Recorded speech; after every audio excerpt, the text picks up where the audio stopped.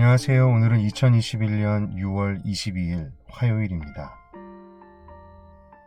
오늘 함께 읽고 묵상할 하나님 말씀은 창세기 28장 10절부터 15절까지 말씀입니다. 야곱이 브엘세바에서 떠나 하란으로 향하여 가더니 한 곳에 이르러는 해가 진지라. 거기서 유숙하려고 그곳에 한 돌을 가져다가 베개로 삼고 거기 누워 자더니 꿈에 본즉 사닥다리가 땅 위에 서 있는데 그 꼭대기가 하늘에 닿았고 또 본즉 하나님의 사자들이 그 위에서 오르락내리락 하고 또 본즉 여호와께서 그 위에 서서 이르시되 나는 여호와니 너의 조부 아브라함의 하나님이요 이삭의 하나님이라. 내가 누워있는 땅을 내가 너와 내 자손에게 주리니 내 자손이 땅의 티끌같이 되어 내가 서쪽과 동쪽과 북쪽과 남쪽으로 퍼져나갈지며 땅의 모든 족속이 너와 내 자손으로 말미암아 복을 받으리라. 내가 너와 함께 있어 내가 어디로 가든지 너를 지키며 너를 이끌어 이 땅으로 돌아오게 할지라. 내가 내게 허락한 것을 다 이루기까지 너를 떠나지 아니하리라 하신지라.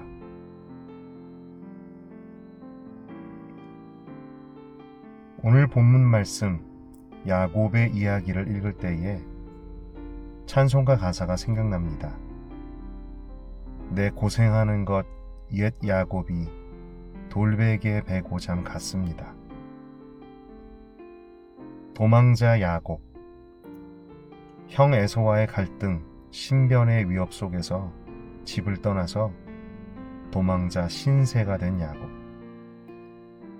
훗날 베델이라 불리는 이곳에서 하나님을 만나기까지 그의 상황과 마음이 얼마나 불안하고 참담했을까요? 부모, 특히 어머니의 사랑을 받고 자란 막내에서 홈리스, 가출 소년, 도망자가 된 야곱, 그리고 그의 인생. 그가 베었던 돌베개, 지금까지 집에서 베든 베개 외에는 완전히 다른 피곤한 몸을 이끌고 어쩔 수 없이 베개 삼았던 돌. 딱딱하고 불편하고 생각하면 생각할수록 자신의 인생을 더 처량하게 만드는 그런 베개였습니다. 그런데 아이러니하게도 그 돌베개 베고 누웠던 자리가 그가 하나님을 만난 자리, 하나님의 비전을 보고 약속을 받은 자리가 되었습니다. 생각해 봅니다.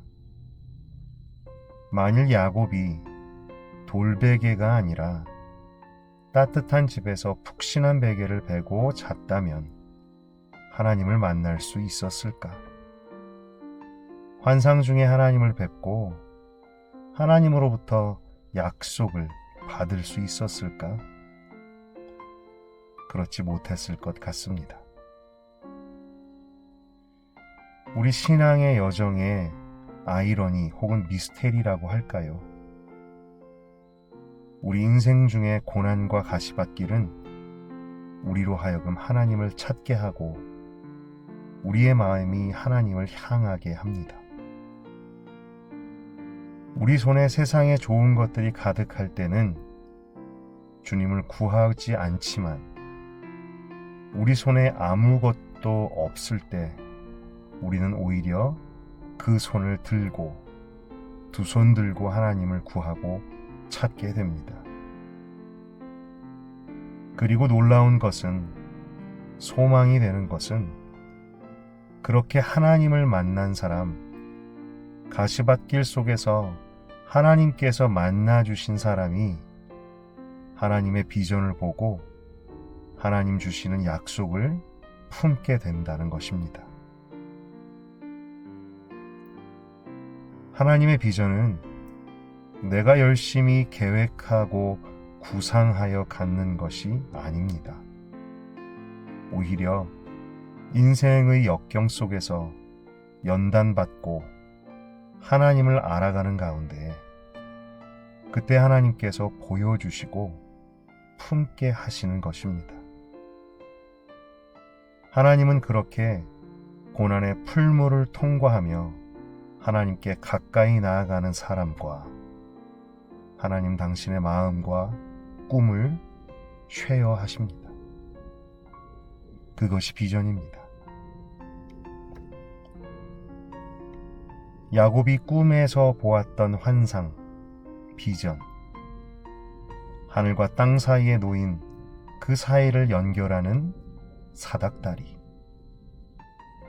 그 다리로 천사들이 오르락내리락 왕래하는 신비롭고 놀라운 광경,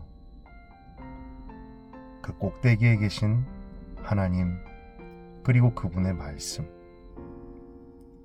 하나님은 땅과 자손, 민족을 일으키시고 하나님의 백성 삼으시겠다는 약속을 주십니다. 그리고 땅의 모든 백성들에게 그들을 통해 복을 주시겠다라는 약속을 또한 주십니다. 바로 언약과 복음의 말씀입니다.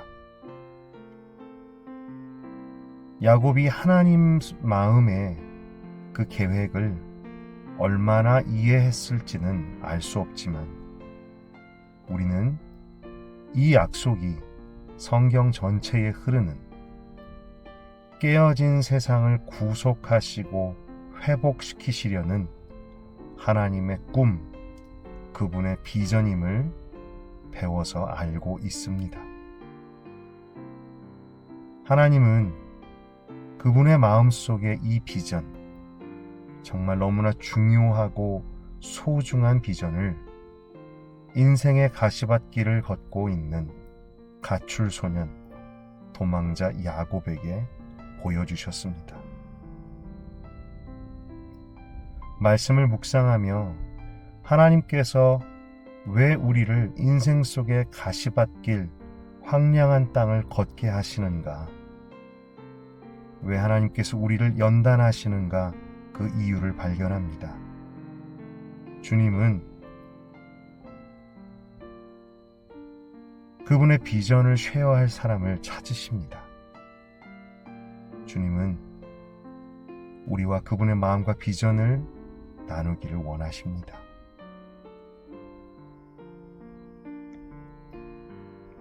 두 가지 말씀이 생각납니다. 잠언 25장 13절. 충성된 사자는 그를 보낸 이에게 마치 추수하는 날의 얼음 냉수 같아서 능히 그 주인의 마음을 시원하게 하느니라. 빌립보서 2장 13절. 너희 안에서 행하시는 이는 하나님이시니 자기의 기쁘신 뜻을 위하여 너희에게 소원을 두고 행하게 하시나니. 우리도 인생 중에 힘들고 고단한 길, 외롭고 두려운 길, 황량한 가시밭길 걷는 것과 같을 때, 그때가 하나님을 만나고 하나님의 마음을 깨달아 알게 되고 하나님의 꿈을 나의 비전으로 삼게 되는 그런 때, 그런 인생 되기를 소망합니다.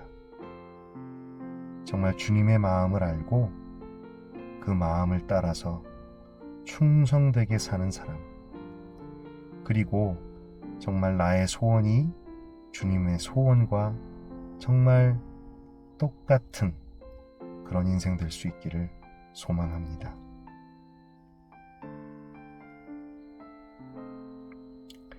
다음에 질문들로 함께 묵상하고 기도하는 시간 갖겠습니다. 당신이 쫓고 있는 비전, 인생의 목표는 무엇입니까? 하나님께서 세상을 향하여 품고 계신 비전과 당신의 비전은 얼마나 가깝습니까? 혹은 다릅니까? 그리고 이 시간 당신이 무엇을 쫓아 살아야 할지 알게 해주시기를, 주님의 마음을 보여주시기를 구하는 기도를 드려보십시오. 함께 묵상하고 기도하는 시간 갖겠습니다.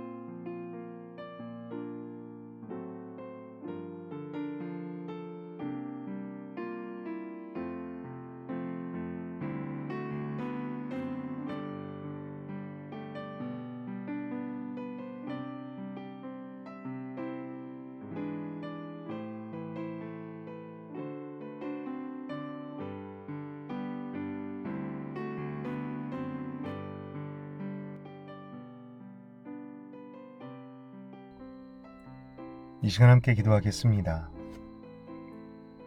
하나님 아버지, 창세기 28장의 야곱, 그의 마음과 상황이 정말 암담하고 불안했을 것 같습니다. 그러나 말씀을 묵상하며 이 야곱이 정말 이때가 얼마나 복된 때였던가 발견하게 됩니다. 정말 아무나 보고 품을 수 없는 정말 하나님을 보고 뵙고 정말 하나님의 비전을 보았기 때문이지요. 하나님 아버지, 우리도 정말 주님께서 갖고 계신 주님 마음속의 그 비전, 그 꿈, 그것을 볼 수 있기를 원합니다. 우리가 세상으로 가득 찬 나의 비전을 따라 살지 않게 하시고 정말 나와 세상을 향한 그 하나님 아버지의 그 마음을 알고 그 주님의 비전을 쫓아 살게 하여 주시옵소서. 우리에게 주님의 마음을 부어주십시오. 아버지의 마음을 부어주십시오. 하나님, 그것이 우리의 삶이 정말 의미 있는 삶 되게 할 줄로 믿습니다. 우리 모든 말씀을 나누는 하늘의 지체들에게 오늘도 주님의 마음을 부어주시옵소서. 예수님의 이름으로 기도드렸습니다. 아멘.